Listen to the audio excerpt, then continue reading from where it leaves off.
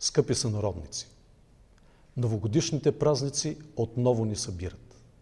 Сгряват ни с топлината на дома и на близките хора. Изпълват ни с надежда за здраве и щастие. Както в новогодишната баница има късмет за всеки от семейството, така и в обществото ни трябва да има място и грижа за всички.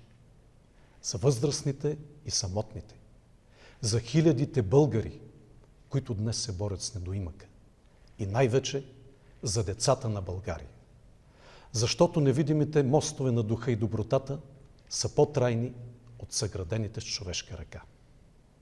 Именно те ще свържат и днес българите, обединени от любовта към родината и надеждата за по-добро бъдеще. Изтичащата 2019 година отново ни припомни, че демокрацията и благоденствието изискват нашето постоянно усилие. Че когато се примирим и престанем да сме взискателни, изборите се опорочават. Решенията за бъдещето ни се вземат на тъмно. Парите ни се харчат безотговорно. Непрекъснато се отчитат успехи, докато нищетата се множи, а качеството на живот пада драстично.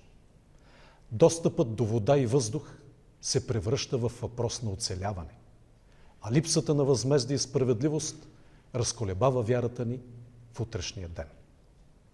Но нека не забравяме, че сме народ със славна история, който и в най-тежки изпитания е намирал пътя към свободата и напредъка, като се е обединявал срещу грабителството, неправдата и безчестието. Вярвам, че имаме силите и коража да се справим с предизвикателствата и днес.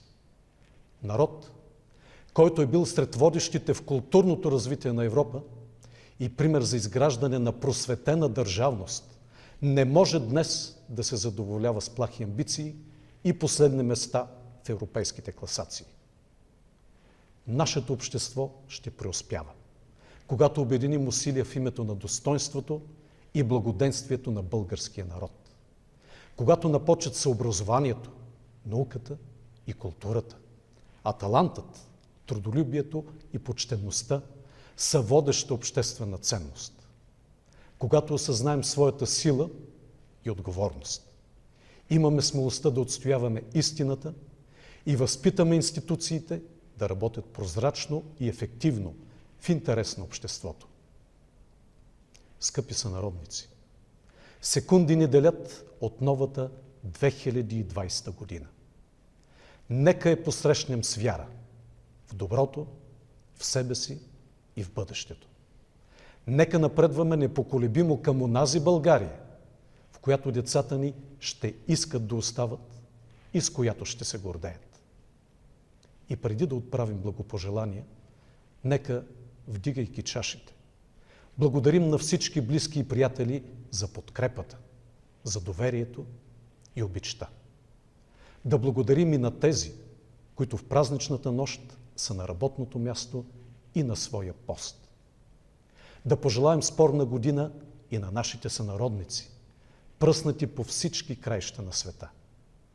Нека новата година донесе здраве и благоденствие във всеки български дом.